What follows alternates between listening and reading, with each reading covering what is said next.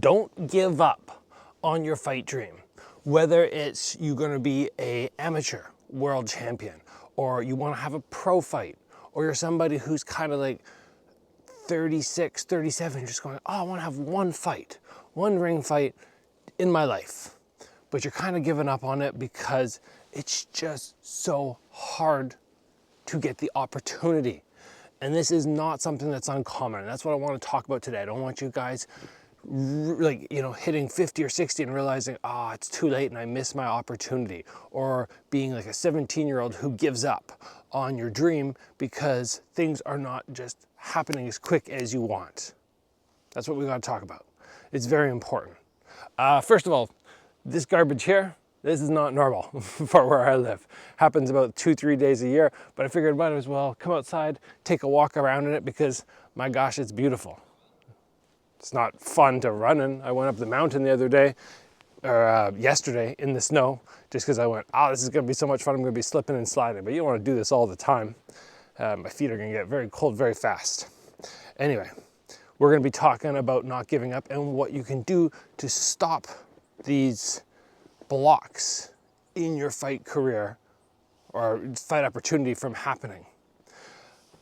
I want you guys to remember, I know many people like supporting me. They really go, Gabriel, I'm gonna wait until the last minute to buy your courses when they're the most expensive because that gives you the most support. I appreciate that very much.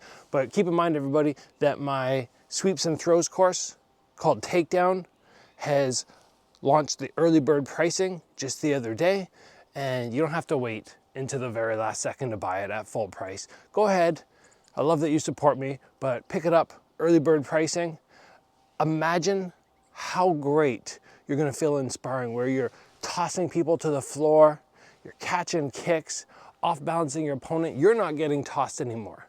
These are all possibilities because I'm gonna take you through something like 25 plus videos on everything I've learned from my time in the ring, being a world champion, what helped me get there, my time in Thailand. I'm gonna share so much with you guys. So jump on that right now.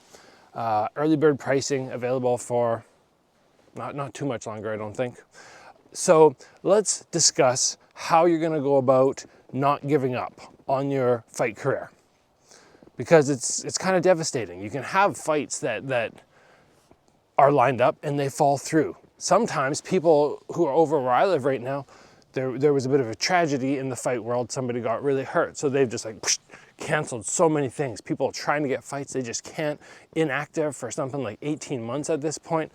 If you can't get fights outside of where you live, it's very, very frustrating for you. I understand that, I feel for you. So you're somebody who's aging, we'll talk about them first, and you're really wanting to get one fight. Should you just kind of let it pass by the wayside, or should you jump on it? I say jump on it so there's no regrets. Your gym should have connections on how to get you a fight. If they can't get you one, try and set up something like a smoker. It's very close, right? Say we want to contact one of the other gyms, we're gonna do full pads, we're gonna do something like 80-90%.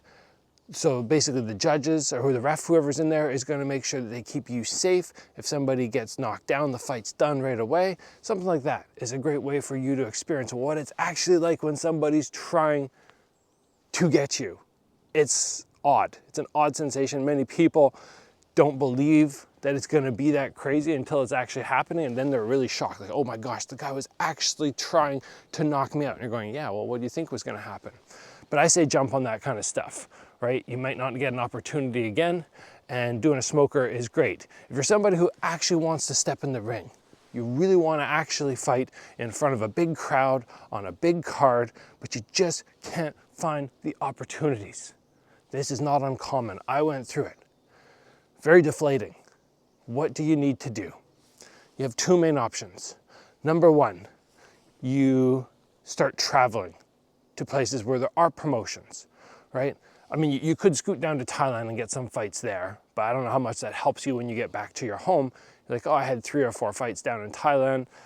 But if you want to become known locally and then be able to be on all the cards, because once people know you, then there's a better chance that they're going to want to bring you back. They're like, oh, the crowd liked that guy last time. Let's get him back on the card. So it's about getting your foot in the door.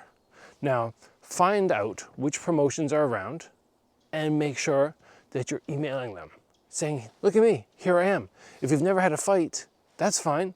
Send them some footage of you hitting the bag or doing some sparring. Show them that you have something exciting, a good style, which they can be excited about promoting. And they know even if you're on the undercard, they're going to deliver something very, very thrilling for the fans. Now, if you're not able to find something local, like I was saying, you can travel.